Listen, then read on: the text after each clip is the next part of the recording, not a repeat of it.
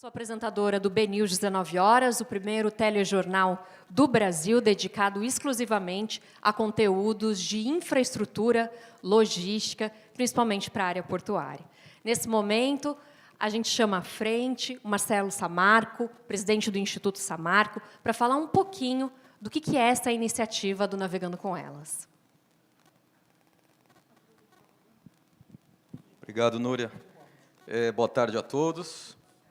Primeiramente, gostaria de registrar os cumprimentos a todas as mulheres pelo dia de hoje. Ficado muito importante para todos nós, né? E esse evento, ele justamente, o Navegando com Elas, ele foi concebido para saudar as mulheres, promovendo encontros em que mulheres de destaque do nosso setor, que são inspiradoras e são referências, né, para todas as mulheres do setor e para nós também, homens que atuam nesse segmento, pelo que fazem através dos seus trabalhos nas suas diversas competências. Então, mas hoje, justamente o dia 8, nessa segunda rodada, esse dia emblemático, nós temos aí um sabor especial. Então, eu vou falar aqui rapidamente sobre o Instituto, né, conforme a Núria pediu, não ocupando muito espaço, porque as protagonistas aqui são as mulheres, hoje com duas presenças aqui muito especiais.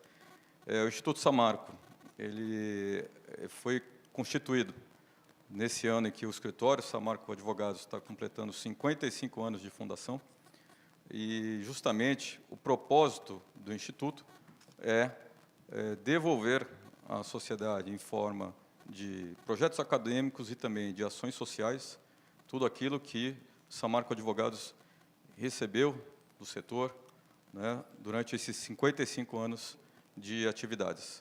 Então, acho que cada um fazendo a sua parte, o escritório Samarco, dentro das suas circunstâncias, através desse instituto, concebendo, constituindo esse instituto, inicia essa caminhada, tendo como o primeiro projeto, o projeto Navegando com Elas, que tem, atrela essas duas frentes, esses dois pilares, né?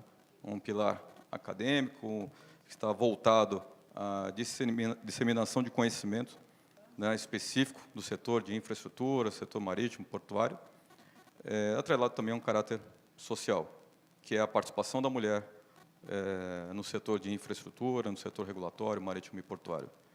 E é com essa finalidade que foi criado o Navegando com Elas, e eu preciso fazer um registro, quem teve essa ideia não fui eu, foi a Flávia Samarco. Mais uma vez, ela me incumbiu de fazer essa apresentação, mas era ela que deveria estar aqui. Então, mas como eu sou obediente, eu vou atender a esse apelo.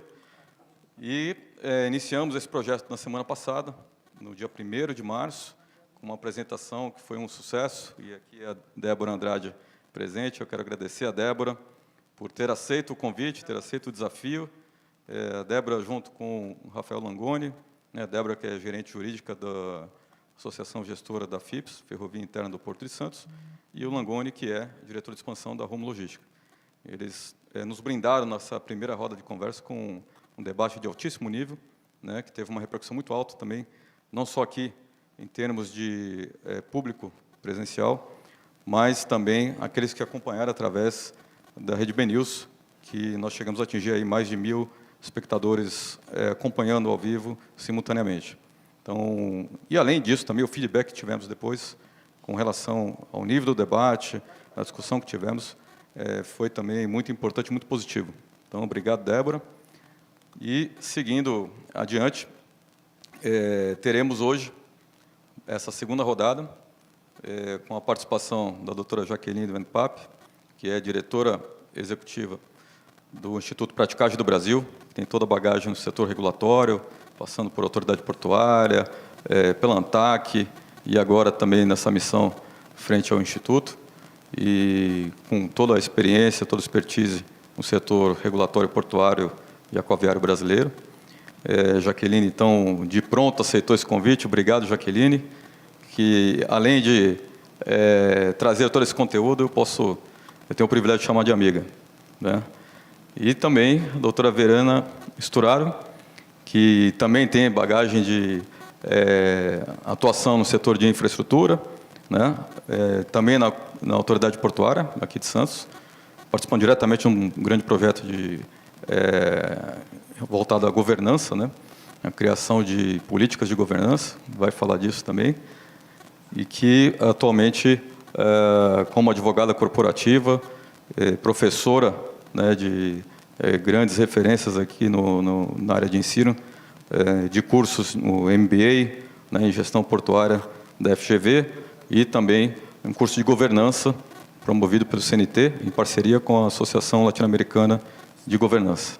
Então, acho que as credenciais aqui já indicam que teremos aí também mais um debate de altíssimo nível.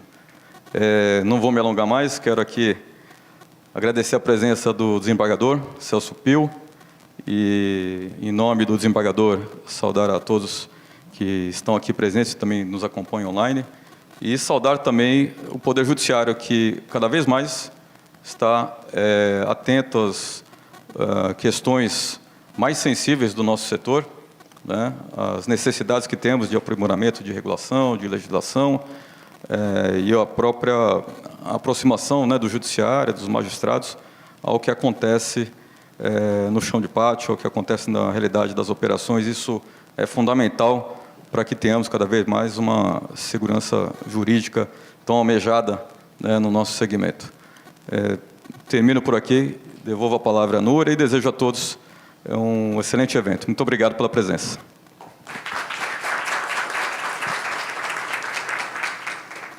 Então, eu vou chamar à frente a doutora Jaqueline Vendipap, diretora executiva do Instituto Praticagem do Brasil, que vai falar com a gente sobre os desafios e perspectivas do setor portuário e aquaviário. Junto com ela, convido também a doutora Verena Sturaro, advogada corporativa, especialista em governança, professora do MBA de Gestão Portuária da FGV e do curso de Governança para Executivos do CNT, em parceria com o Instituto Latino-Americano. Bem-vinda.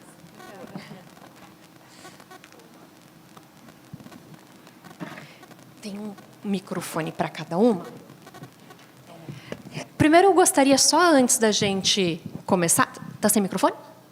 Vou pedir para o pessoal, então, da técnica ver mais um microfone aqui, e já para ver se o microfone da doutora Jaqueline está ligado, por favor.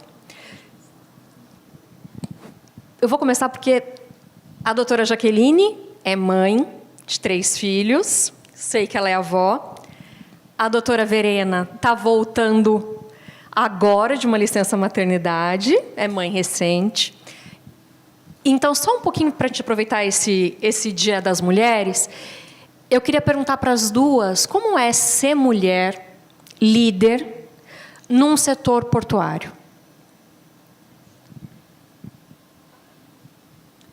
Primeiramente, então, uma boa tarde, em especial a todas as mulheres aqui presentes, que eu estou vendo que é a maioria, que coisa boa. Eu estou tão acostumada a estar em plateias, que é o contrário, então eu fico muito feliz de ver. Agradecer muito o Instituto Samarco, na pessoa da Flávia, e estendo isso também ao Escritório Samarco e a todos que integram, e parabéns pela ideia. Muito legal a gente poder falar, né, das mulheres e a gente ter as representantes, né, tanto falando aqui a importância minha e da Verena presentes, mas dessa plateia toda. Então, a gente significa que nós estamos no setor e que nós podemos falar do Porto por elas, né, o Porto com elas, né? Então, fico muito feliz, muito obrigada. E nesse Dia Internacional da Mulher, acho que bate um pouquinho a reflexão, né? Acho que, antes de tudo, é um pouco da reflexão de como é que a gente faz a nossa trajetória, como é que a gente constrói a nossa presença no mundo profissional, associando sempre com a questão de ser mãe, o que não é simples. Eu já escutei muitas mulheres falar, não, a gente resolve. Eu falei, não está falando a verdade, porque não é fácil, não é nada fácil. E agora estou na condição de avó, então eu tenho 3 filhas, então eu também acompanho a carreira delas, né, como que elas desenvolvem essa questão de ser o profissional e ser mãe. E até a minha caçula, estava com ela ontem, vou ser avó de novo, agora em novembro, final de outubro, início de novembro. Então, eu falei, venho mais um netinho aí, mas, ao mesmo tempo, acompanhando. e também tentando auxiliar naquilo que eu posso auxiliar, das dificuldades que eu vivi de ser profissional e também exercer a maternidade. Então, não é simples. Eu acho que a mulher, sempre que eu escuto, fala assim, não são lamúrias das mulheres, é real mesmo. E todas as vezes também que eu vejo algum homem falando, mas eu ajudo. Eu falei, desculpa, quem ajuda não faz. Então, assim, eu sempre gosto de colocar que a grande parceria que uma mulher pode ter com o homem é quando ele também faz. Não é o processo de ajudar. Eu faço com os meus filhos, eu faço com a minha casa, eu faço com a minha esposa, eu faço com o profissional. Então, sempre peço, reflitam com o verbo ajudar, né? E procurem exercer o fazer, né? Junto com as mulheres, lado a lado, porque eu não vejo antagonismo, eu vejo somatória de histórias de vida, somatórias de enfrentamento comum, né? São duas pessoas que se unem ou para preservar a espécie, né, com seus filhos, e construir uma vida melhor, um planeta melhor para todos nós. Então, na minha, assim, sempre foi, não foi fácil, sempre foi muito difícil, mas isso também, todas as dificuldades sempre foram motivação, foram superações que a gente vai levando, né? Aí você me pergunta, mas você se enxergava assim, como mulher nesse meio? Eu falei, gente, eu estava trabalhando tanto, eu estava tanto fazendo as minhas coisas que eu nunca perguntei se eu era mulher ou se eu era homem. Eu estava trabalhando, eu estava fazendo, né? E assim, a primeira estreia minha, assim, com a maior dificuldade, foi uma greve dos marítimos do Porto de Paranaguá, eu fazendo, junto com a diretoria do sindicato, uma assembleia debaixo de chuva na beira do cais. Aí eu falei, dá para fazer, vamos embora. Então, um pouco da minha história, um pouco desse dia, e eu acho que não é diferente para nenhuma mulher. Acho que, se você ouvir cada uma aqui, vai ter uma situação muito próxima, muito semelhante, que é realmente a colocação da mulher como profissional no mercado de trabalho. Para quem não sabe, a Jaque, eu já estou íntima. A doutora Jaqueline, ela foi a segunda mulher na história de 90 anos do Porto de Paranaguá a ocupar um cargo de diretoria. Até hoje, né? A doutora Manuela foi a primeira diretora, ficou alguns meses, e a doutora Jaqueline foi a nossa, porque eu era de Paranaguá, força do hábito, foi a nossa diretora jurídica. E é muito engraçado a gente ver como que essa história marcou. E a diferença, se você me permite contar um pouquinho, de como eu entrei depois, que ela já havia saído, mas de como as pessoas, os funcionários, percebiam as atitudes dela enquanto mulher do que os outros diretores homens, né? A gente... eu acho que a mulher, ela tem muito mais dificuldade de se impor, porque se ela é muito boazinha, ela vai ser boba. Se ela é muito firme, ela é muito brava. Então, a mulher, ela está sempre nessa gangorra para se equilibrar no setor profissional. E a doutora Jaqueline, para mim, ela é um grande exemplo, assim, porque eu acho que ela soube se impor e ela criou um nome de muita seriedade em Paranaguá. Isso. Obrigada. Mas acho que eu tenho que confessar uma coisa para a Núria, já que ela entrou depois que eu saí, é que eu tinha uma ocasião, uma reintegração de posse de alguns casebres à beira do cais. Tinha essa realidade lá em Paranaguá. E o oficial de justiça não queria cumprir, porque estava com receio, não sei o quê, ele estava dentro da minha sala. Aí eu falei assim, olha, eu acho que você vai ficar com mais medo de ficar aqui. Acho bom você ir para lá e cumprir o mandado, que você vai ficar com mais medo de ficar aqui. Então, acho que eu fiz um pouco de história por causa disso também. Mas faz parte da vida, né? A gente vai tocando. Sim. Mas obrigada. Imagina. E a Verena, ela que está voltando agora de licença maternidade, a gente estava conversando ali sobre essa questão de pausar a carreira para ser mãe. Aí eu queria só uma falinha, Verena, para a gente aproveitar esse dia. Se você está sentindo essa dificuldade ainda, como que está seu coração nesse sentido? Boa tarde a todos, a todas. Eu me sinto muito honrada de estar fazendo parte desse painel a convite de uma grande mulher, num projeto concebido por uma grande mulher, num grande instituto, né, de um grande escritório com grandes homens e mulheres, né? E a maternidade, Eu acho que ela, na verdade, traz uma grande qualidade para a mulher, no sentido de buscar compor, né, interesses diversos que fazem parte da vida de uma mulher, né? É um outro horizonte, realmente. Para mim está sendo um momento novo. Confesso que ali, para o 2º mês de minha filha, até, né, estávamos conversando sobre isso, com toda a segurança sobre aquilo que eu construí, né, o pouco que eu construí, porque ainda pretendo construir muito na minha carreira, mas, inevitavelmente, muitas inseguranças vieram na minha cabeça sobre esse ato, né, que não deixa de ser um hiato na nossa carreira, essa pausa, como seria essa retomada,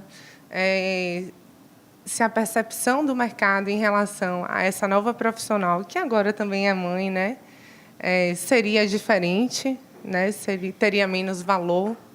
Isso, assim, hoje já tenho uma consciência que essa percepção foi fruto do desequilíbrio dos hormônios do puerpério, né? E, assim, nestes momentos, me lembrei muito de Jaque, me lembrei muito de Flávio, né? No entendimento de que a maternidade só vem engrandecer, né? Eu acho que ser mulher no setor portuário, né? Porque antes de ser mãe eu era mulher no setor portuário. Eu acho que ser mulher no setor portuário, numa posição de liderança, principalmente, é buscar ter um entendimento maior, mais inteligente de composição, de complemento, né? De buscar diferentes dentro da diversidade, né? E aí já trazendo um pouco de diversidade, esse complemento de competências, de visões, né, diferenciadas, de posições diferentes, para construir melhor valor, né, para o setor. Então, acho que, a partir do momento que a gente para de ter uma posição um pouco de antagonismo, de guerrear entre os diversos, né, a gente cresce mais. Então, acho que essa é uma evolução da pauta feminina para o setor portuário. Eu acho que está dando certo, já está acontecendo. Não à toa estamos aqui, né? Sim. Não, perfeito. Então, vamos para o nosso tema de hoje, que é regulação, que é governança. A doutora Jaqueline escolheu um tema que eu acho super espinhoso. Então, primeiro eu vou pedir para ela nos explicar o porquê do tema de hoje. Então, eu fiquei pensando, né, a gente escuta muita palestra, muita gente falar dessa questão de regulação, e todo mundo volta para a ANTAC, todo mundo fala muito do Ministério, e pouco se fala da autoridade portuária como ente regulador. Aí as pessoas sequer enxergam essa função da autoridade portuária. E ela é exercida e fortemente exercida. E aí eu falei, gente, acho que eu vou falar sobre... Já que nós estamos no momento de revisão da lei da comissão, que está aqui o desembargador Celso Pio, que representa a comissão, vamos rever a lei? Vamos rever a 12.815 na questão da autoridade portuária? Como é que será isso? Nós tivemos a experiência da 8.630 e depois a 12.815. Eu peguei a fase das duas. Então, na 8.630, quando entrou a 12.815, eu falei... Acabou. Saímos de síndico para porteiro do prédio. A primeira sensação que eu tive com a captura pelo Poder Central, né, em Brasília, das competências da autoridade portuária. Mas a gente enxerga pouco a autoridade portuária vamos dizer assim, no espectro enorme que tem das atividades. E o regulador fica de lado, ninguém sequer enxerga. Todo mundo vai ver a autoridade portuária, a questão dos serviços que não presta, a dragagem, a guarda portuária, começa assim, ter um monte de discussão e pouco se fala da parte da regulação da autoridade portuária. Uma construção, eu entendo até que doutrinária desta parte da competência da autoridade portuária como um ente regulador. E isso me surgiu porque falei, gente, como é que qual é o maior exemplo que eu posso dar? São diversas formas que a autoridade portuária exerce um papel regulador, mas uma que tem um impacto muito grande é a regra de atracação.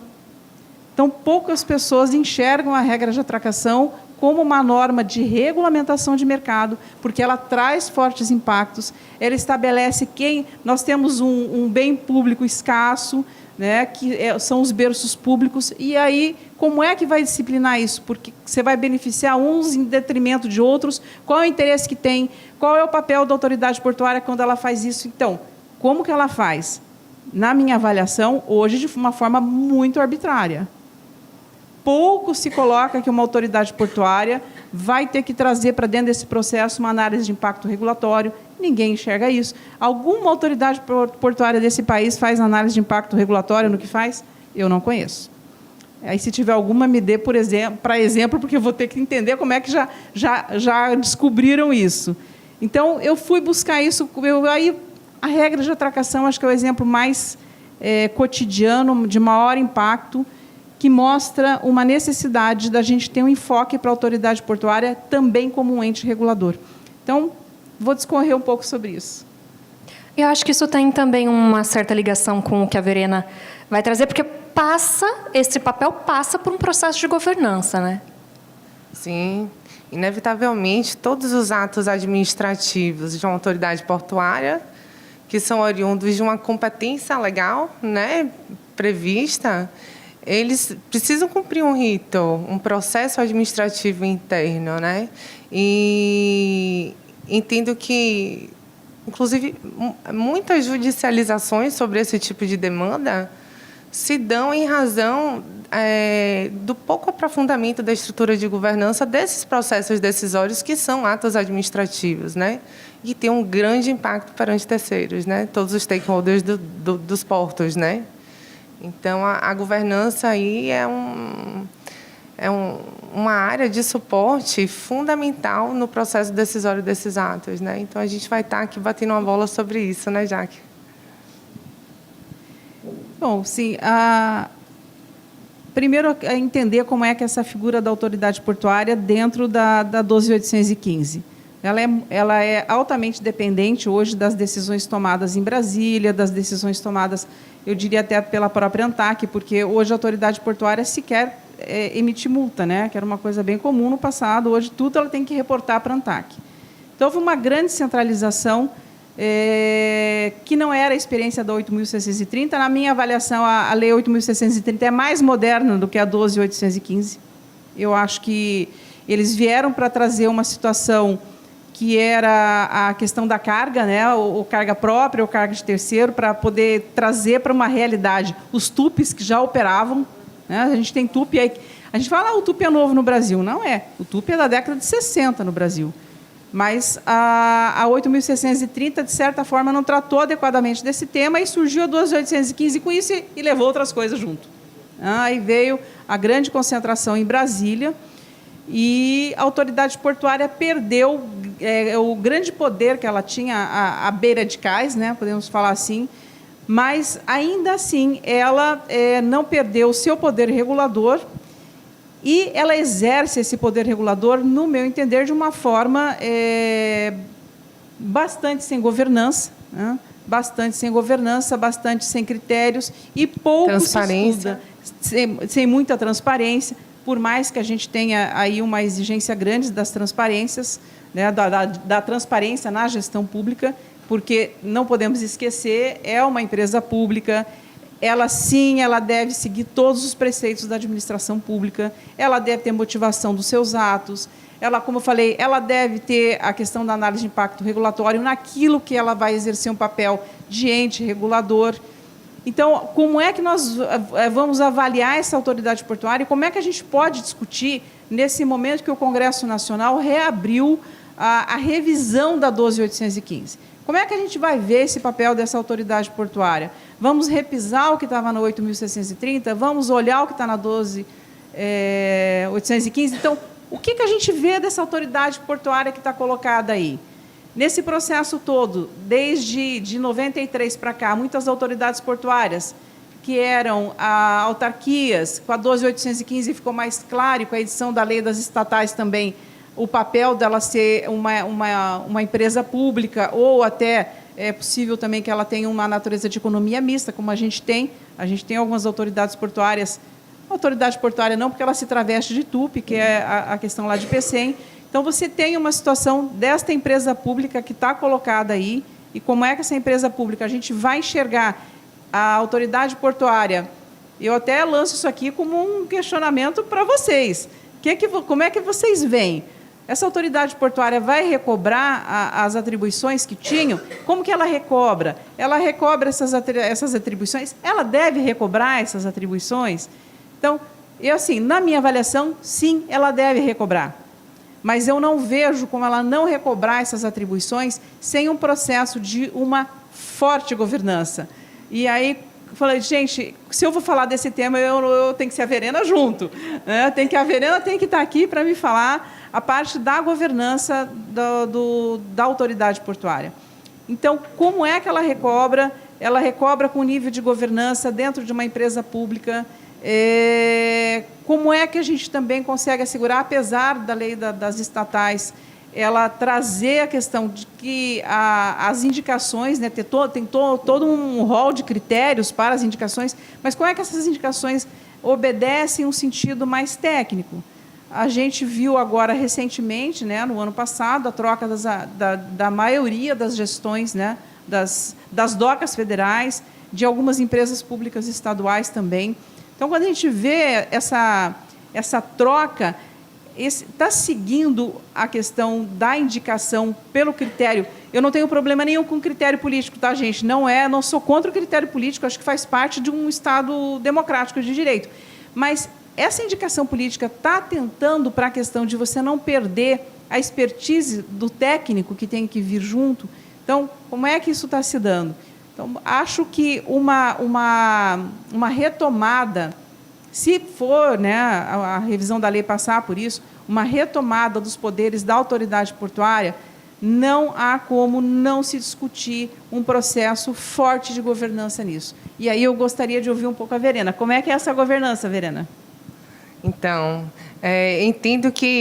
entendemos, né, que onde há desafio, há oportunidade, né?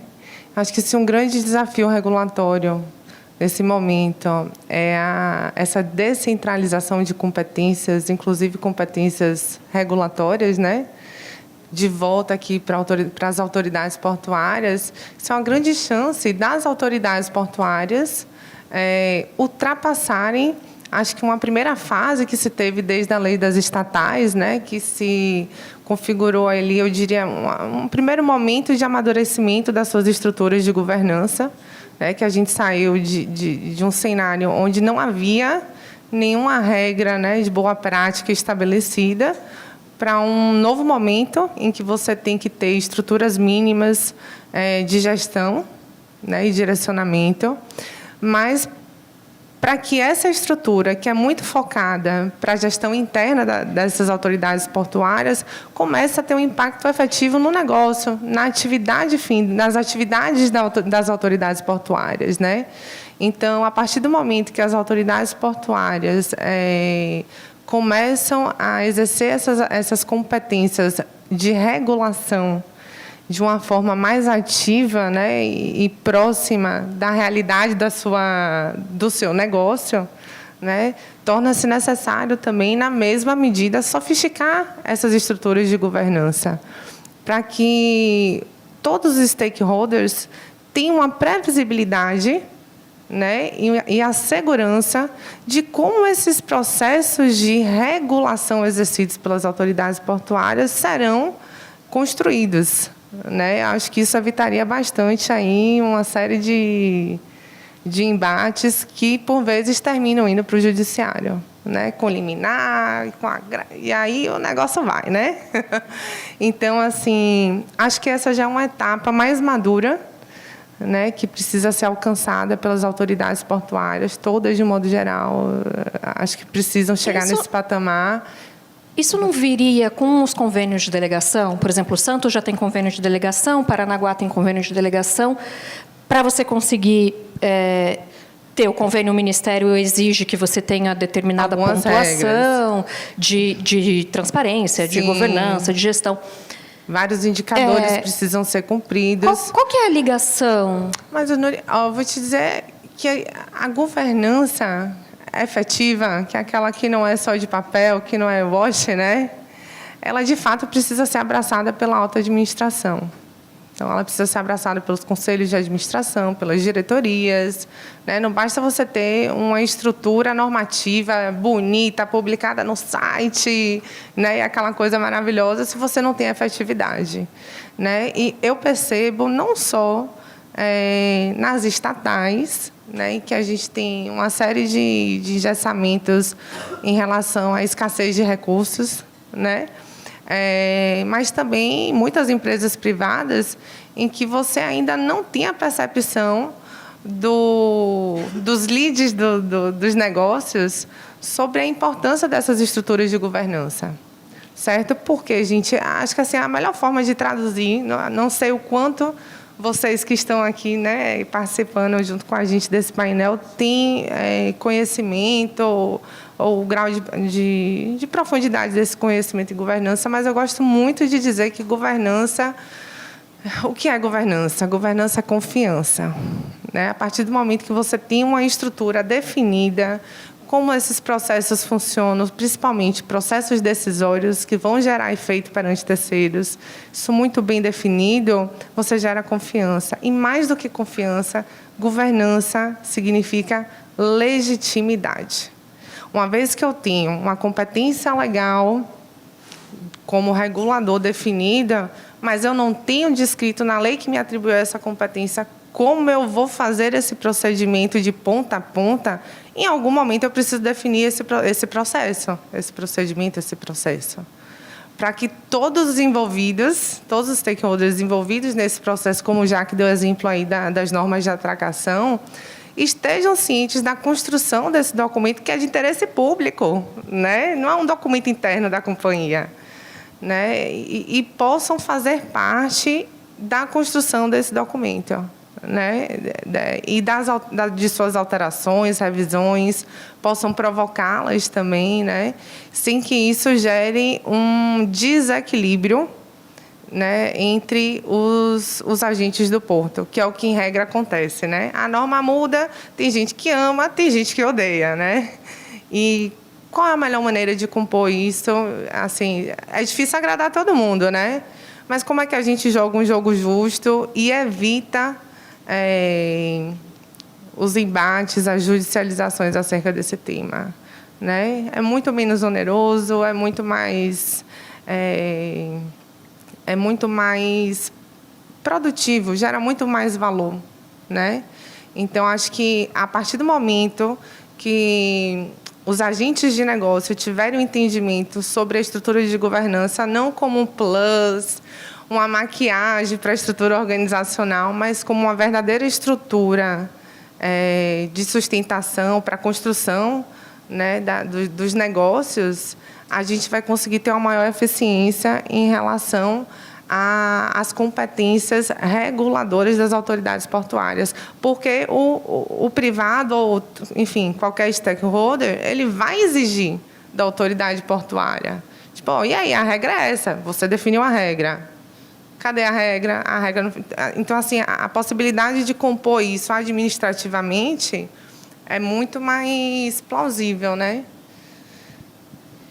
Então, voltando assim, acho que as autoridades portuárias ainda têm que aprender muito de governança. A gente vê uma estruturação muito baixa nessa área dentro das autoridades portuárias, mas ela é fundamental para que a autoridade portuária recobre um nível maior de competências, né, tal qual ela experimentou na 8.630. Já temos algumas inovações que foram leis posteriores a 8.630, que é a própria lei das estatais, que você tem a questão de uma faixa de receita, acima dela você já tem a obrigatoriedade do Conselho de Administração, do Conselho Fiscal, do Comitê de Auditoria Estatutário. Então, você começou já a ter um processo de governança, mas, como diz a Verena, assim, a alta administração, trazer uma efetividade para isso, a alta administração, leia-se Conselho de Administração e leia-se a diretoria executiva. Para ela absorver esse processo dentro como uma cultura, ainda é difícil. E eu vou confessar uma coisa para vocês. Eu estou hoje presidente do Conselho de Administração dos Portos do Rio Grande do Sul E aí, quando me bateu essa, e a regra de atracação? Até por uma discussão que eu e o Marcelo estávamos tendo numa regra lá do Pará, né, no Porto de Vila do Conde. Aí, regra de atracação. E a regra de atracação aqui do Porto, aqui de Rio Grande? Não passou pelo Conselho. Opa! É uma política. Ela vai estabelecer, ela pode criar condições de benefício para alguns e detrimentos para outros. Não tem problema. Super estratégico, né? Do ponto de vista da estratégia do porto, para atração de carga, para maior eficiência do porto, ela pode, mas ela tem que criar uma justificativa para isso. Ela tem que desenvolver um processo aí que eu venho. Não existe processo melhor que a própria Lei de Liberdade Econômica estabeleceu, que é a questão de você fazer o ER. Quem é que faz a ER, a autoridade portuária? Aí, lá na Portos RS, eu falei, gente, ok, as autoridades portuárias do Brasil inteiro estão nessa situação, mas pelo menos passem pelo Conselho, né? Depois a gente vai começar a elaborar o ER. Vamos ter que trabalhar, ter que cumprir todo o rito. Então, não entrou ainda no conceito das autoridades portuárias que elas exercem uma regulação. E o mercado também não as vê assim. De interesse relevante. De interesse então, geral. Faz consulta, faz audiência. Faz consulta. Eu preciso fazer consulta pública nesse tema, mas ele é de interesse geral. É claro que você tem que fazer. Qual o rito? Publica no Diário Oficial, está no site, né? Então, acho que esse papel mais de regulador da autoridade portuária tem que ser explorado mais conceitualmente e ele andar junto com um processo forte de governança se as autoridades portuárias quiserem votar seu síndico. Eu acho que o desenvolvimento do porto ele é muito mais célere, ele é menos burocrático do que Brasília burocratizou demais os processos todos.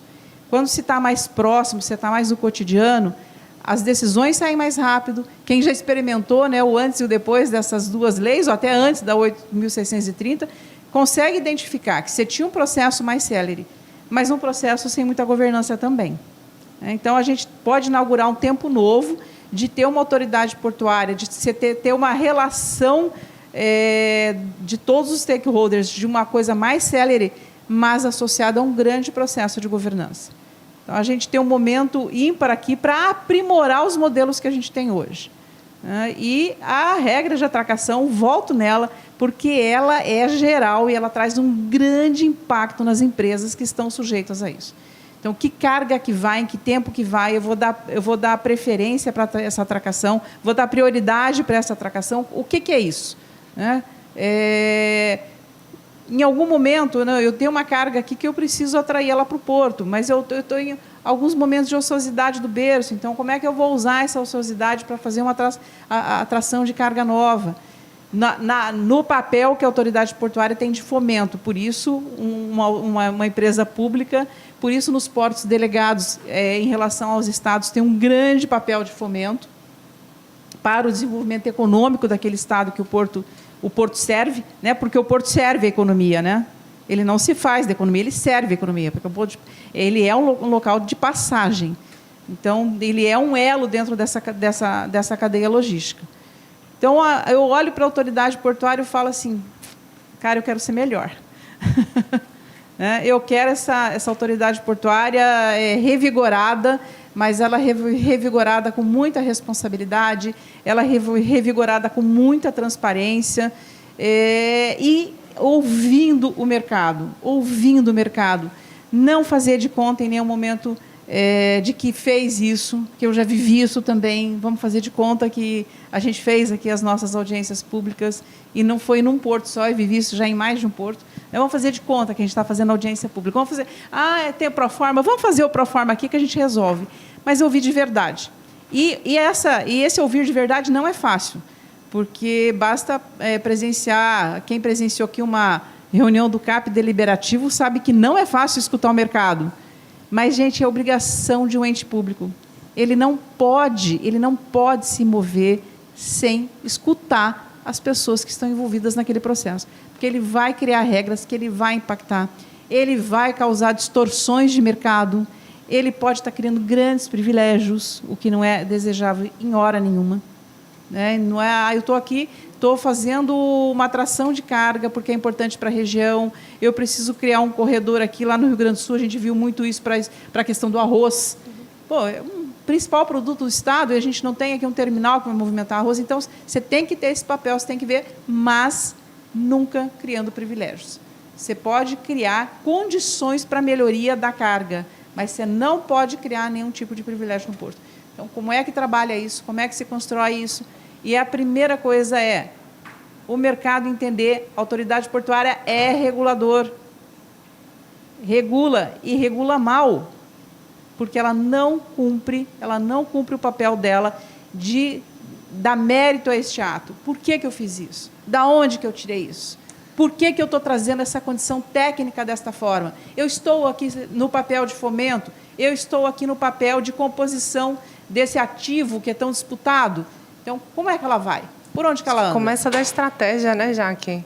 Começa uma definição clara, né, da estratégia de longo prazo para o porto, de como isso vai sendo cascateado, até chegar nesse papel regulador das autoridades portuárias. Então, assim, a gente tem um histórico de mudanças muito periódicas, assim, uma periodicidade maior do que deveria, ou não, talvez pela própria dinâmica do porto, mas fato é que, independente da motivação, a motivação sempre deve ser a estratégia de longo prazo do porto, o interesse público, né? Então, até na construção desse papel regulador, acho que falta muito, por vezes,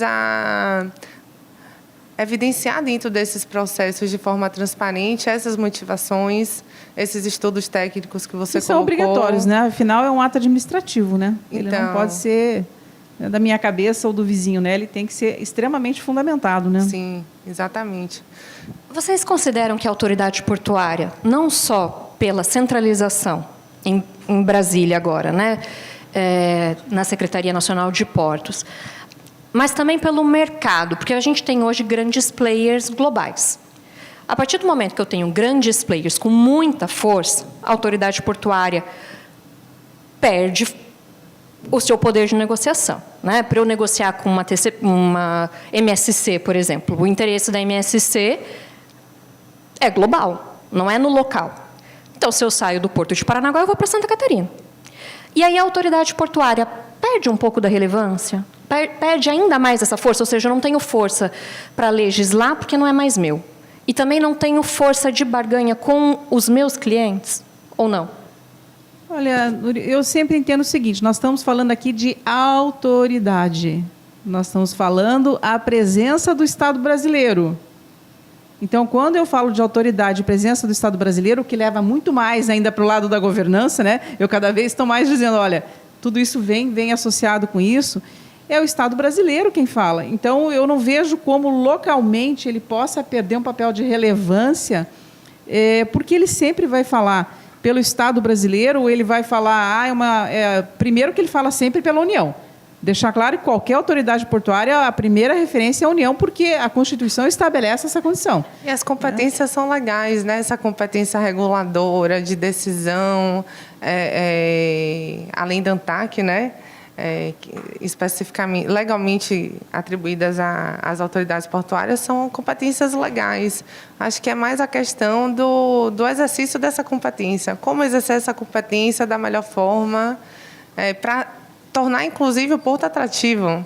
Porque entenda que até as empresas internacionais, principalmente, têm essa necessidade de ver aqui no Brasil estruturas mais fortalecidas de governança para, assim, ter maior previsibilidade, menor incorrência dos riscos de interferência político-partidária, né, já que são empresas estatais. Então, acho que só vem agregar, né, tornar mais atrativa. E a gente tem uma situação das políticas públicas também, né? A autoridade portuária é uma executora de políticas públicas. Então, fazer frente ao poderio econômico, que acho que é isso que você quer dizer, né? Como é que uma autoridade portuária, vamos colocar aí uma autoridade portuária do Porto do Recife. Como é que essa autoridade portuária, não vou nem falar SUAP, que já é grandão, né? Vamos falar do Recife.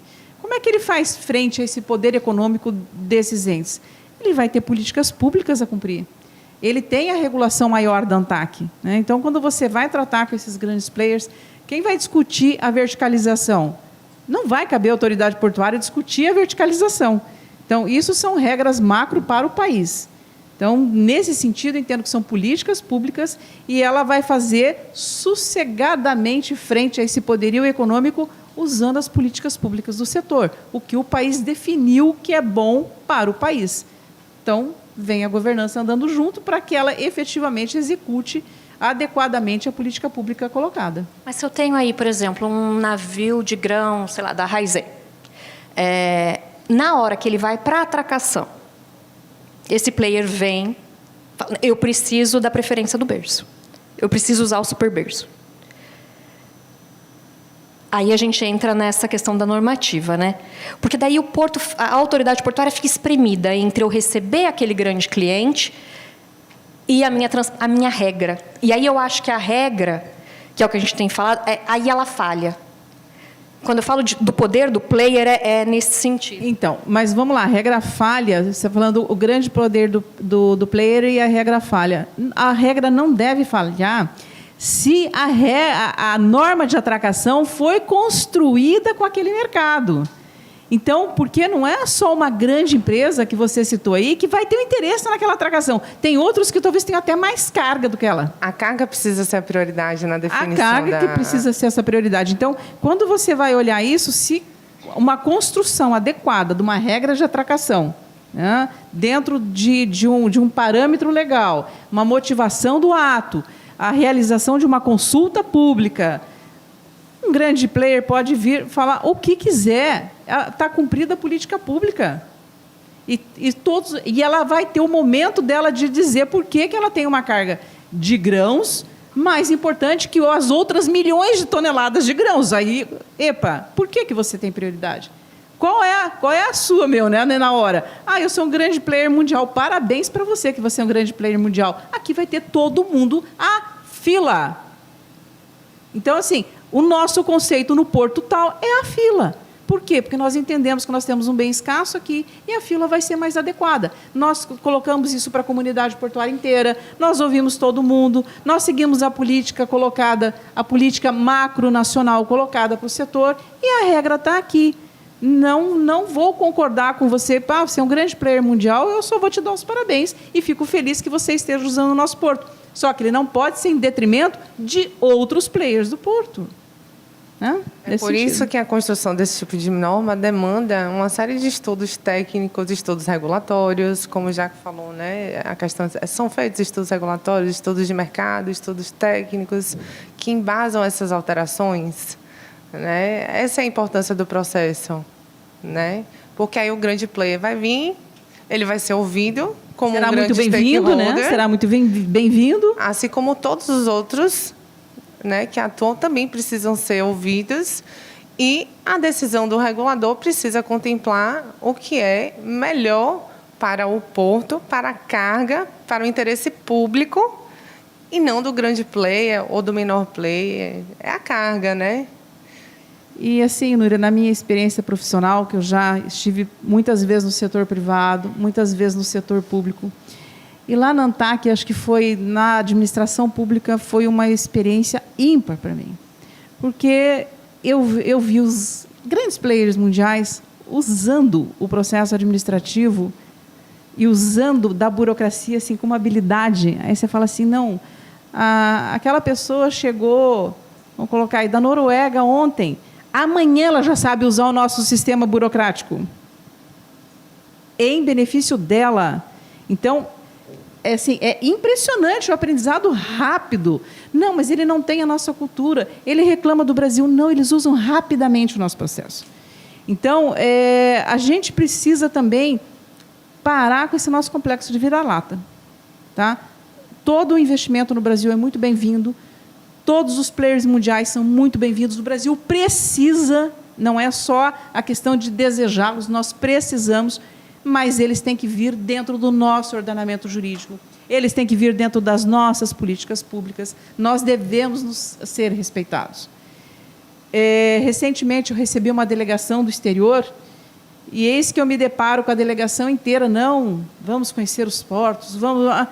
Eles só estavam vindo vender serviço. Aí, quando me vieram vender consultoria, eu falei, você quer uma consultoria de volta? Não quero uma consultoria. Eles estavam vendendo serviço. Aí eu falei, olha, vocês estão aqui vendendo serviço, mas eu quero mostrar que a gente tem esse potencial. Assim, vocês querem fazer investimento? E outra, se estão vendendo serviço é porque a gente pode pagar, né? Então, a gente precisa se valorizar mais.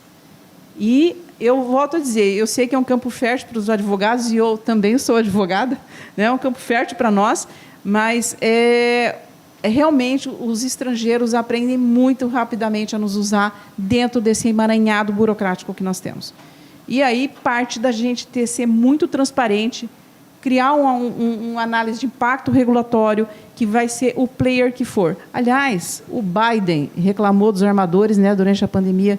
Quando eu ouvi o vídeo dele, ouvi o vídeo dele, eu falei assim, meu Deus do céu, quem somos nós, né? Se ele está reclamando... Aí eu falei, nossa, né, dentro da questão mundial e no período da pandemia, que foi muito crítico, mas mostra que a gente também tem que se impor. Vamos abrir para a pergunta? Podemos? Eu só estou sem condição de saber o tempo aí, mas vamos lá. Temos tempo? Temos? Quer fazer uma pergunta? Vamos lá. Então, já vou começar passando aqui os microfones. Bom, primeiro agradecer a Jaqueline e a Verena, né, pelo debate, por terem compartilhado esse conhecimento conosco. E vocês trouxeram questões aí extremamente relevantes, né, a questão da regra de atracação, porque ela interfere diretamente no aspecto concorrencial. Então, uma determinada regra de atracação mal construída, ela pode asfixiar a operação de um determinado player no porto, né, em detrimento de outro que pode ser favorecido. Então, isso mostra por si só o quanto ela é impactante, e essa necessidade que vocês colocaram de ter um AIR no âmbito da autoridade portuária para discutir isso amplamente, né? Então, acho que isso foi muito bem colocado e merece toda a atenção, justamente nesse momento aí em que há essa proposta de revisão, né, da legislação portuária que está colocada, e esse caráter essa possibilidade também de descentralização, né, e com maior espaço para as autoridades portuárias estabelecerem suas políticas de acordo com as questões locais, né, mas sempre sendo necessária a atenção devida ao aspecto da governança. Então, transparência, participação do mercado na construção dessas regras, tudo isso é imprescindível. Mas eu queria colocar aqui duas questões que mais ou menos passam e permeiam esse tema, né? Uma delas a Verena colocou aqui, en passant, aí, a questão das transições que nós estamos tendo com uma constância maior até do que normal, né? E trocas de posições dentro das diretorias executivas de várias autoridades portuárias, dentro de CONSAD, e aí sempre há aquela preocupação, né, de não se perder aquilo que está sendo construído pelas gestões que estavam e outras que acabam recebendo ali, né, aquela incumbência de tocar a administração do porto, e fica um pouco tempo, aí já vem uma outra administração. Então, de alguma maneira, se estamos caminhando para a descentralização, devemos ter uma atenção especial na constituição dessas diretorias executivas de docas e desses conselhos de administração. Não sei se o caminho seria estabelecer uma regra de mandato, a exemplo do que se tem na agência, ou se ainda que seja uma regra de mandato, dentro dessa regra ter um limite mínimo, um número mínimo, né, da composição da diretoria de técnicos, para se ter um caráter de continuidade das políticas que estão sendo implementadas. Mas esse acho que é um aspecto que vale pelo menos uma reflexão, né? Também não sei se é o melhor caminho, nem estou defendendo essa ideia, mas só para colocar em debate. E a outra diz respeito à questão do CAP, né? Vocês estão falando aqui de regras de atracação como um exemplo, de tantos outros de temas que são importantes, que são de discussão de caráter da autoridade portuária local. Lá atrás nós tínhamos o Conselho de Administração Portuária, né, de Autoridade Portuária, com caráter deliberativo, na 8630, depois foi retirado o caráter deliberativo, passou a ser meramente consultivo, Mas uma regra de atracação, ela, para ser bem construída, como vocês mesmos colocaram, seria interessante que se tenha, né, a participação do mercado, dos players que estão ali naquele condomínio, naquele porto. Mas, ao mesmo tempo, também tenho dúvida se restabelecer o CAP naquele formato lá da 8630 seria a solução. Se não deveríamos caminhar para uma construção de regras locais conjuntas entre a autoridade portuária e os players, mas, de repente, num outro formato. Não estou muito convencido de que o restabelecimento do CAP naquela concepção, se isso seria a solução ideal. Ou se, de repente, a consulta pública, análise de impacto regulatório com a participação ativa do mercado e da comunidade portuária, se isso já atende. Então, esses 2 pontos aí que eu queria colocar. Obrigado. Sim, pode ser. Bom, excelentes pontos, assim, pontos que dariam horas e horas de debate aqui. Em relação ao primeiro ponto, dessa falta de continuidade dos atuais mandatos dos gestores da alta administração das autoridades portuárias, tudo isso faz parte de um risco que a gente mapeia dentro do mapeamento de riscos estratégicos, inclusive a gente fez isso na autoridade portuária, que é um risco inerente de interferência política na gestão. Esse é um risco que não há como se mitigar, não digo nem 100%, nem 90%, porque isso é inerente à situação do ser estatal, né? Infelizmente, a lei já prevê a questão dos mandatos, os estatutos sociais, já uma série de regramentos também de qualificações necessárias para que você tenha composições mais qualificadas, né? Devidamente qualificadas para essa atividade, né? de administração. Então, como esse é um risco que não se mitiga desta maneira diretamente, acho que há outro meio importantíssimo e que é pouquíssimo considerado no âmbito das administrações, que é realmente conseguir atrelar essas normativas dentro de um plano estratégico que seja mais amarrado, que seja mais efetivo. E não um plano estratégico que a gente faz a cada 5 anos, só para constar, para cumprir lei, né? Então, acho que quando o planejamento estratégico, como instrumento de governança e gestão, for levado a sério, e você contempla estratégias e objetivos específicos, né, de médio e longo prazo, relacionados à operação, à atracação, né?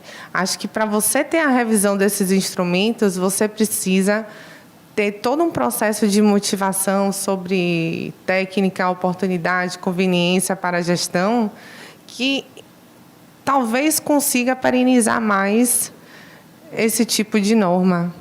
E não ao vento de cada mudança, você muda a norma. Mudou a gestão, muda a norma. Porque assim, você pode mudar a norma. É preciso que a norma possa ser alterada, desde que pelas razões adequadas, né? E que isso, mas quando você tem uma estrutura de governança bem desenvolvida, mais sofisticada, a mudança ela pode e deve acontecer quando necessário, mas ela precisa ser evidenciada, ela precisa ser fundamentada, ela precisa ser motivada. Então, acho que o planejamento estratégico das autoridades portuárias poderia ser uma ferramenta mais costurada, mais levada a sério, para tentar dar um horizonte de maior previsibilidade para os operadores, para todo o setor, para, enfim, todos os stakeholders de modo geral, né? E em relação ao segundo ponto do CAP, respira já que eu entendo que atualmente até umas decisões que eu andei lendo, assim, a consulta ao CAP, ainda que consultivo, ela é necessária, porque essa é uma matéria de grande repercussão e interesse coletivo, né? E o CAP, pela lei, precisa ser ouvido.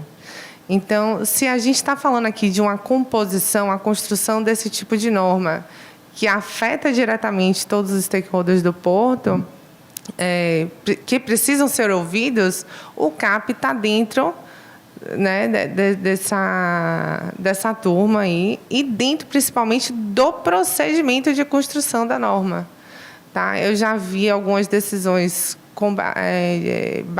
judiciais, né, baseadas nesse entendimento de que o CAP que precisa ser ouvido sobre pena de nulidade daquela norma, né, suspensão dos efeitos daquela norma por não ter cumprido o devido processo legal administrativo, né? Bom, a primeira coisa que acho que é uma grande preocupação, eu meio que falo um pouco as coisas que as pessoas não gostam muito de falar, mas eu vou falar. O mais importante é sempre ter o porto nas páginas econômicas e não policiais. Então, essa é uma coisa porque eu vivi isso em Paranaguá. A gente tirou o porto das páginas policiais para as páginas econômicas e a Núria também pôde presenciar isso. Então, volto na governança, né? Mais uma vez a questão da governança, e que as trocas elas se deem em conformidade com a lei das estatais. Se você cumprir os requisitos da lei das estatais, já andou um monte. Né? Que se as pessoas têm aquelas competências descritas ali, você já conseguiu trazer um certo nível de maturidade para aquele processo. As trocas constantes, quanto mais as normas da autoridade portuária forem normas que passarem por consultas públicas, forem normas que passarem por audiências públicas e muitas das vezes por um OIR bem completo, é um processo muito demorado. Ele é demorado se quiser. Eu já vi licitação de dragagem demorar 5 anos, mas eu já fiz uma em 6 meses. Então, também não gosto muito dessa desculpa, sabe? Não faço porque tem lei de licitação. Não, você não faz porque você não quer. Sempre é possível resolver dentro da legalidade as coisas. Então, eu acho que desenvolver um arcabouço legal para aquela autoridade portuária muito sólido nesse aspecto de ter sido fruto da discussão com o mercado, eu acho que a transição das pessoas, né, ela se torna muito mais. E o próprio planejamento estratégico, por que ele também não passa por audiência pública? Ora, por que não? Se eu tenho uma parte do meu planejamento estratégico, que é o Porto Cidade, eu ouvi a cidade? Como é que você define o que é bom para mim, né? Porto Cidade? Sozinho não, né?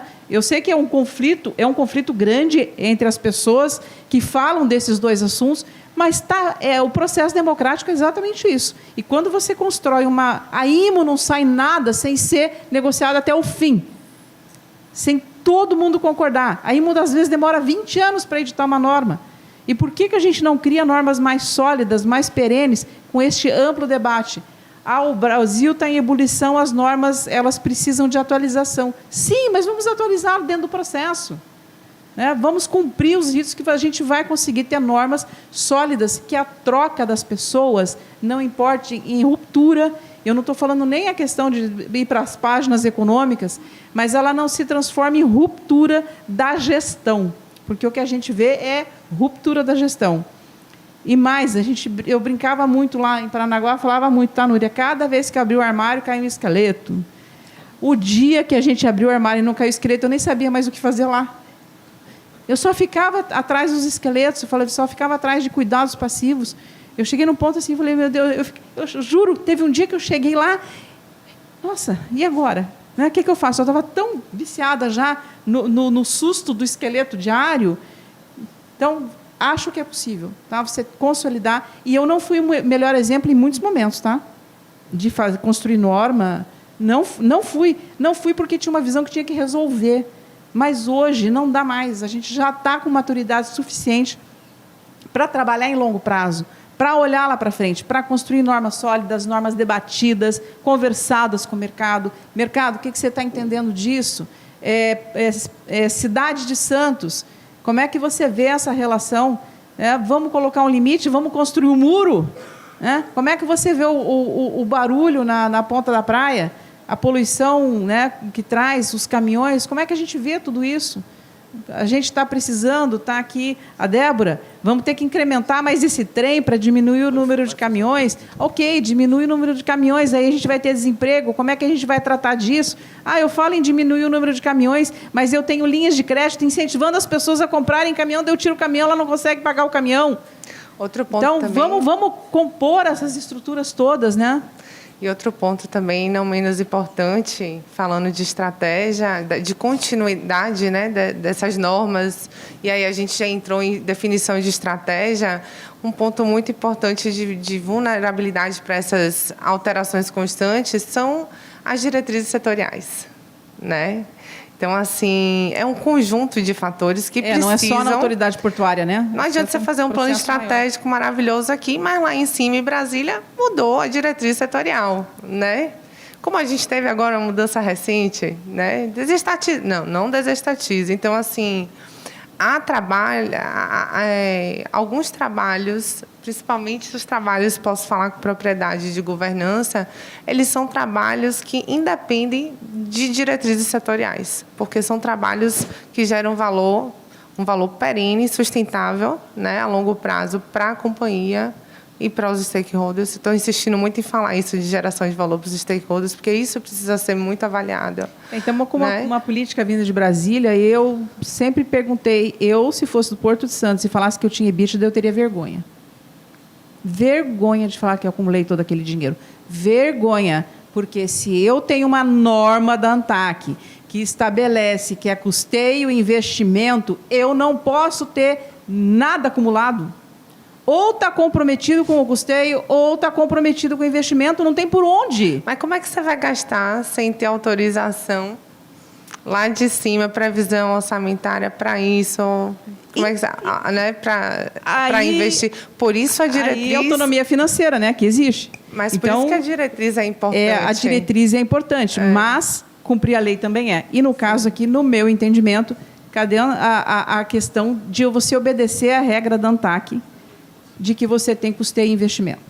Não existiu isso. Mas eu vou responder CAP. Essa aí me coçou. Tem uma expectativa grande aqui pela resposta. Essa eu vou responder CAP. O que eu vejo CAP?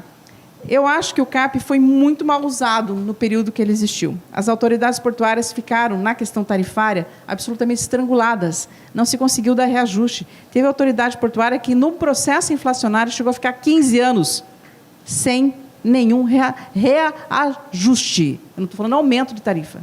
Foi reajuste, perdendo a capacidade, todo mundo reclamando da dragagem e ninguém queria aumento da tabela 1.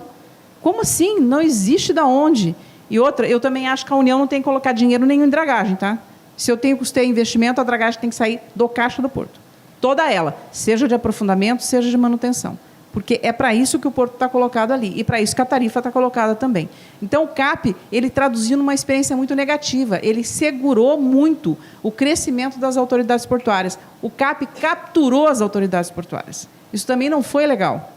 Ah, mas vamos falar agora o CAP consultivo, ele está muito pró forma. Está pró forma porque não grita também, né? Então, eu acho que o CAP consultivo ele tem um papel muito importante. Regra de atracação aqui do Porto de Santos, passou pelo CAP? Eu não sei dizer, tá? Estou perguntando porque eu realmente não sei. Passou? Mas deveria. Cadê o CAP para dizer? Você não sai com essa regra de atracação sem passar aqui por mim, porque está na lei. Eu tenho que ser ouvido. Eu tenho que ser ouvido e eu posso propor mudanças na regra de atracação, que é a competência do CAP. Propor mudanças na regra de atracação é competência do CAP. O CAP se manifestou, então também não é... Eu sempre falo assim, há uma condenação taxativa sempre do ente público, mas, gente, o privado faz coisa errada também. E o CAP é um exemplo disso. O CAP silenciou. Se não passou pelo CAP, o CAP silenciou. Ou seja, concordou que estava colocado. Então, não pode falar. Ninguém do setor depois pode vir falar, mas você estava lá no CAP. Como que você exerceu o seu papel? Então, eu acho que o CAP consultivo é a melhor situação para o Porto. Assim, muito pessoal meu, tá? Não vejo o CAP voltar a ser deliberativo, porque ele amarra sobremaneira o papel executivo do Porto. O papel normativo, o CAP deliberativo ou o CAP consultivo, ele não exerceu. Então, o CAP não cumpriu aquilo. Então, eu já tenho uma experiência negativa. E eu tenho uma segunda experiência negativa, que é um CAP também silente. E eu não estou falando de Santos, porque eu não conheço muito bem a realidade, eu estou fazendo uma tomada geral país, tá? Uma tomada geral do que eu tenho visto pelo país. O CAP consultivo também é silente. Se lá atrás ele gritou com conteúdo econômico e esqueceu de que a autoridade portuária tinha que cumprir o papel dela, agora tem uma situação do CAP silente também naquilo que ele deveria estar falando. Então, eu acho que CAP consultivo, na minha avaliação, está de bom tamanho. Acho que teria uma sobreposição aí de sombreamento de competências, principalmente em relação à lei das estatais. Mas, Verena, a gente é especialista em sobreposição de competência, Anvisa, ANTAC, Receita, guarda portuário que acha que normatiza mais do que ninguém. Só começando a conversa. Só começando a conversa. Obrigado.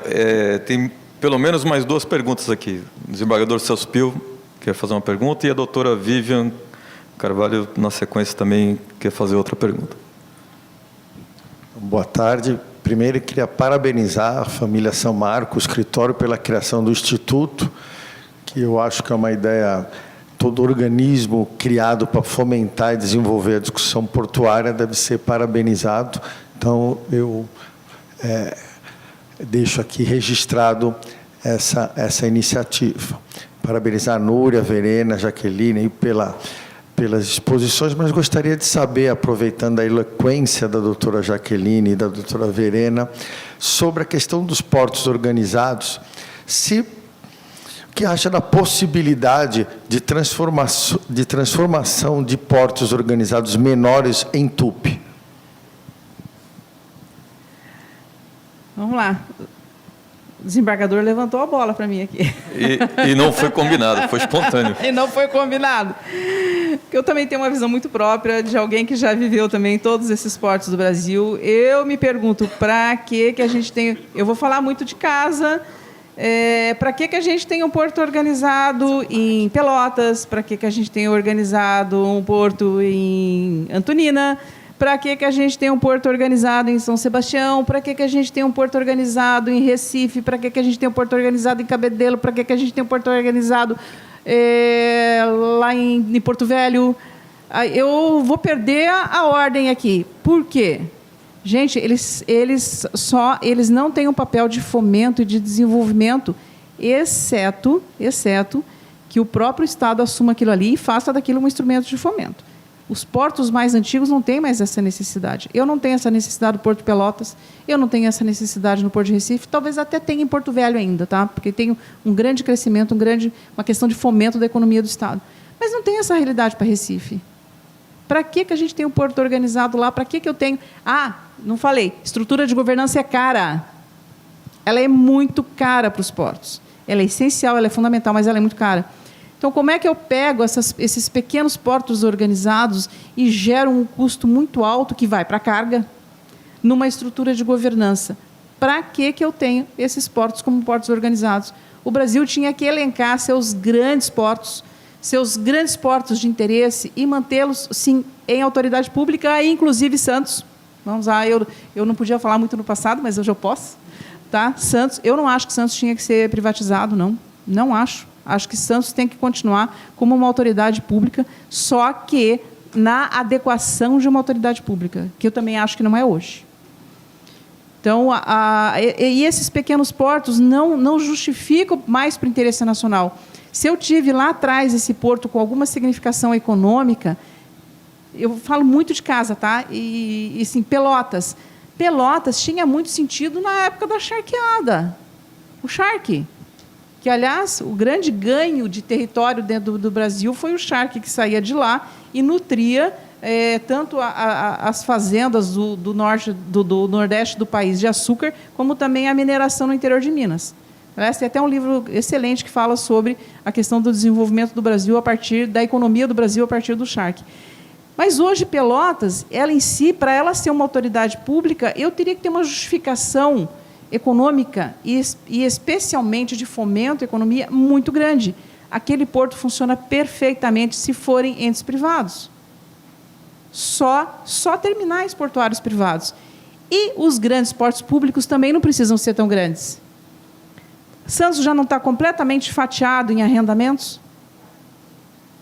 Então, assim, para que eu tenho poligonais no tamanho que a gente tem? Eu não preciso de tanta poligonal de porto. Essas poligonais de grandes portos também poderiam ser reduzidas para aquilo que é também essencial. E os portos pequenos, isso é muito política pública, né? É muito como uma visão de política pública. Esses portos pequenos, o Estado da Paraíba quer ter um porto de Cabedelo competindo com o Suape, que tem retroárea, que tem estrutura em água, que, aliás, isso ninguém fala, né? Abrem portos pensando que vai chegar uma caravela. Aí vem, tem que dragar. Quanto você precisa de dragagem aqui? Eu preciso 120 milhões nessa dragagem. Quanto tempo você vai tirar na tarifa essa dragagem? A dragagem de manutenção, hein? Falando de dragagem de manutenção.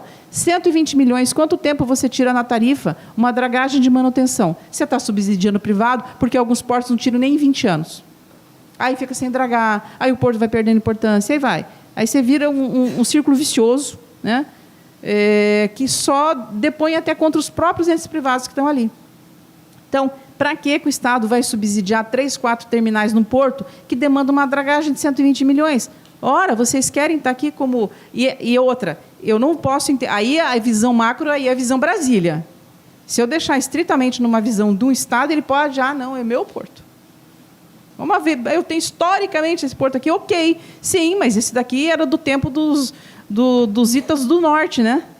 Esse porto aqui foi criado no Ita do Norte. Então, eu não sei se vocês lembram dessa música do Ita do Norte, os navios Ita, que ao longo de muitos anos, acho que o último foi sucateado na década de 50, eles eram fundamentais no transporte de pessoas e de mercadorias na costa brasileira.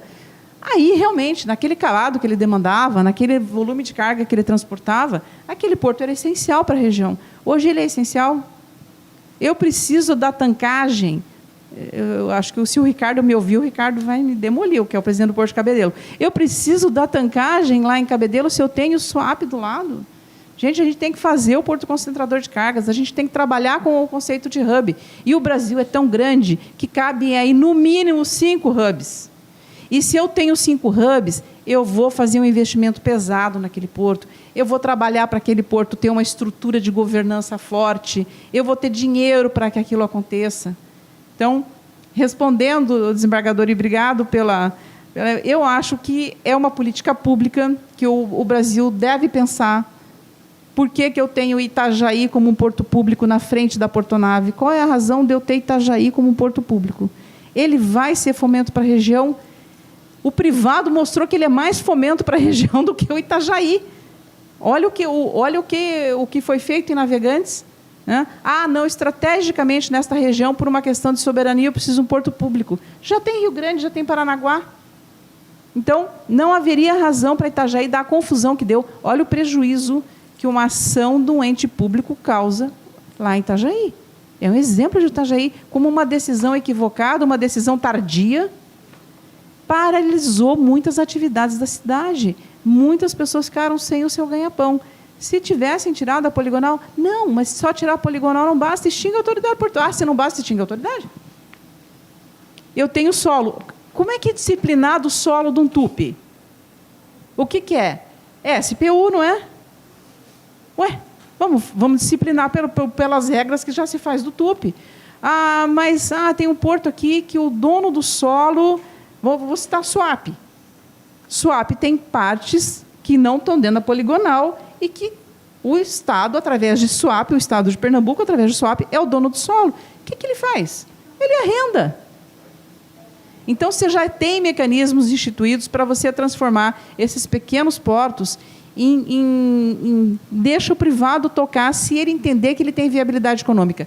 Eu acho que muitos portos pequenos só estão com viabilidade econômica hoje e eles não têm função de fomento, eu volto a dizer, que às vezes o Estado tem que investir para fazer o fomento, eles não têm a função de fomento, eles acabam subsidiando o privado, que eu acho um erro também. É uma distorção também do modelo.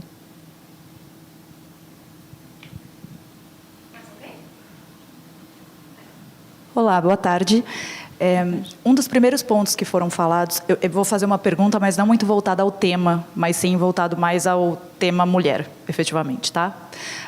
Uma das primeiras coisas que foram faladas, assim, quando começamos o painel, foi justamente o fato do setor marítimo e portuário ele ser culturalmente mais masculino, né? E hoje a nossa sociedade, a gente não tem aquele equilíbrio perfeito de gêneros, né? Acho que a gente já avançou muito, mas a gente tem um caminho a percorrer. Eu vejo que hoje nós aqui, a gente está basicamente pavimentando, né, as estradas que as nossas gerações antigas construíram para que hoje a gente pudesse estar aqui e para que as nossas gerações futuras continuem esse trabalho, para a gente, quem sabe, um dia chegar nesse equilíbrio que a gente pretende ou mais perto, né? Então, dito isso, considerando toda a experiência de vocês e todos os desafios que creio que vocês passaram no decorrer da carreira, eu gostaria de saber qual a mensagem que vocês deixariam para a gente, para nos inspirar, né, nesse dia. Hoje eu li um post no LinkedIn da Flávia Takahashi e ela deixou uma mensagem que não era empatia, ela usou um outro termo, era a gentileza, né? Não só dos homens para nós mulheres, mas entre nós mulheres. E ela ressalta a importância da sororidade entre mulheres. Então, eu queria saber, vocês, com toda a experiência que vocês têm, tudo que vocês devem ter passado aí para galgar o caminho de vocês, nesse ramo masculino, o que vocês poderiam compartilhar com a gente como mensagem para nos inspirar aí nesse nosso trajeto? Obrigada. Eu não gosto de falar muito que o ramo portuário ele é um ramo masculino. Eu acho que todos são. Se você pegar um pouco da história da participação da mulher no mercado de trabalho, você vai encontrar ela alocada para ser professora. Essa é um pouco da nossa história. Então, todo ramo é masculino, né? O setor portuário, ele é, sim. Eu cansei de participar de reunião em Brasília. Em 40 pessoas na sala, eu era a única mulher. Foi uma vez, não, foram diversas, tá? Mas a gente conversava um pouco até no almoço sobre isso, né? E a gente falava, inclusive, como que as próprias mulheres elas não conseguem, quando ela galga um espaço de relevância dentro do mercado de trabalho, ela é a primeira que desrespeita outra mulher. Isso é muito comum. Eu vi muito isso, tá? Eu vi muito. E eu não traria, parabenizo a Flávia Takahashi pela fala dela, mas eu não traria a gentileza, não. Eu acho que a gente tem que dar um passo além da gentileza. A gente tem que fazer um acolhimento. E isso eu aprendi na marra, porque eu não era uma mulher que acolhia, porque eu achava que todo mundo vence porque vai colocar as garras de fora e vai vencer. E não é assim que funciona. Eu tive uma educação dentro da minha casa que me permitiu isso. A maior parte das mulheres não tem. A maior parte das mulheres você vai lavar a louça, é a sua função aqui dentro de casa. Ah, não, o meu irmão vai para a festa, não tem hora para voltar, mas você, 10 horas, você tem que estar em casa. Então, essa mulher ela pode ter sofrido um processo de desqualificação da sua personalidade, que não importa a capacidade profissional que ela tenha, ela não consegue se colocar. E isso eu descobri só com a minha maturidade também, tá? Porque eu também não era assim. Então, foi viver e ver que eu preciso olhar além, eu preciso ter um acolhimento para que aquela mulher que sofreu um processo de achar que ela está sendo usurpadora, que ela não merece aquele lugar, que ela está sendo usurpadora daquele espaço, ela possa se colocar e desenvolver o potencial dela. Então, é acolhimento. Não basta eu ser gentil com a minha colega, eu vou além, eu quero um acolhimento, dar oportunidades, olhar, desenvolver o potencial, e se ela não tiver, como eu já fiz, eu já chamei pessoas na minha sala e falei, olha, eu vou falar com todo o carinho e com todo o amor, esta carreira não é para você, você não vai bem aqui, acho que você tem um potencial para essa e essa e essa área, você vai tão bem aqui, tenta focar. Então, eu acho assim, acolhimento. Eu te respondo com essa palavra, acolhimento.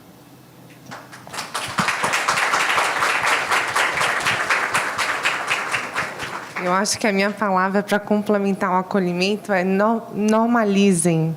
Normalizem a presença das mulheres em todos os lugares, não só nos cargos de liderança, porque a gente sabe que nem todo mundo vai estar ou quer estar, né? Busca ou deseja, enfim, estar num cargo de liderança. Mas seja qual for a posição, a gente precisa começar a normalizar.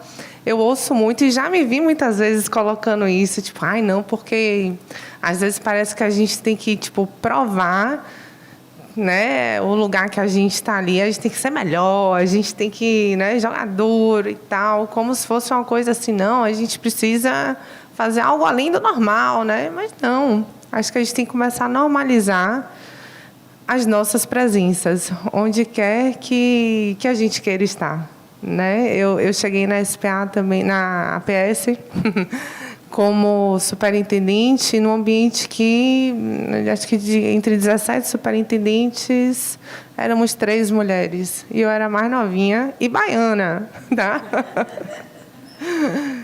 E plus size, todas as minorias.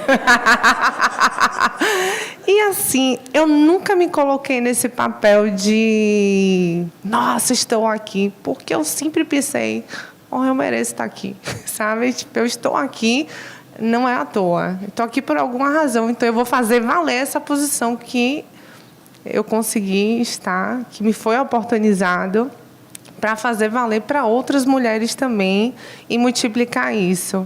E sempre normalizei. Na minha equipe, eu tive mulheres excelentes que engravidaram também. Eu nem era mãe, mas, ai, meu Deus, Verina, agora você não vai mais querer que eu esteja na equipe. Por quê? Não, porque agora eu estou grávida. Eu falei, minha filha, você vai ter sua gestação maravilhosamente bem, trabalhando bem, você vai tirar a sua licença, os problemas estarão aqui te esperando para a volta, porque, né, eles continuarão, os desafios, no caso, né? Então, assim, a gente precisa normalizar o ser mulher, né? E o normalizar pertencer a esses espaços. Então, a gente precisa se acolher e se normalizar, né?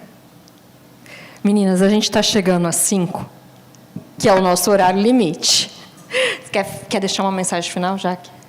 Só essa questão, né, muito assim eu acho que a Verena colocou, né, a questão da normalização, e a gente, quando entra na questão da maternidade, e a Verena é o exemplo mais próximo aqui de uma maternidade recente, a gente não tem que colocar isso, por que a maternidade, por que eu tenho licença maternidade, por que eu tenho que ter hora para amamentação, é interesse social. Não é nem um benefício para nós, é interesse social. E o interesse é o bem-estar da criança, e o interesse... Por que a gente tem esse interesse social? É porque é a preservação da espécie. A gente só traduziu na lei aquilo que o instinto fala. Então, não se sintam, eu estou aqui numa situação, me deram o benefício. Gente, é interesse social. Ninguém está dando nada para a mulher. Isso é um interesse da sociedade como um todo, o bem-estar daquela mulher que está no seu processo de gestação, que está com o seu bebê, que precisa amamentar, é interesse social. Exerçam o interesse social voltado a este direito. Não é nenhum privilégio, nenhum benefício. É o reconhecimento da sociedade que nós preservamos a espécie.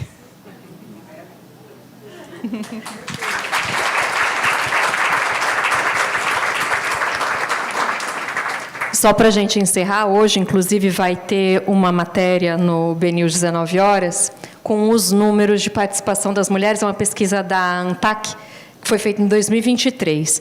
Ela fala das mulheres no setor portuário e no setor de navegação. Eu vou falar nos dois, tá? No total de trabalhadoras, as mulheres são 17,5% no setor aquaviário. Entre cargos de dirigentes, nós somos 16%. No cargo de gerente, somos 22%. E nos cargos operacionais, nós somos só 18%. Então, acho que esses números falam por si só. Acho que são números alarmantes ainda para o nosso setor. Gente, mas a gente vai encerrar por aqui, já está dando às 5 da tarde. A gente agradece a presença de cada uma de vocês que veio aqui hoje. Agradecemos em nome da doutora Jaqueline, da doutora Verena. Lembramos que sexta-feira temos mais uma edição, temos mais 2, né? Mais 3 ainda, todas as sextas-feiras, vocês são convidadas a estar conosco aqui e também a nos assistirem pela TV BNews. Hoje, inclusive, vai ter matéria do evento de hoje, convido a todas vocês a assistirem também. Muito obrigada, uma boa tarde para todas, até sexta. Obrigada.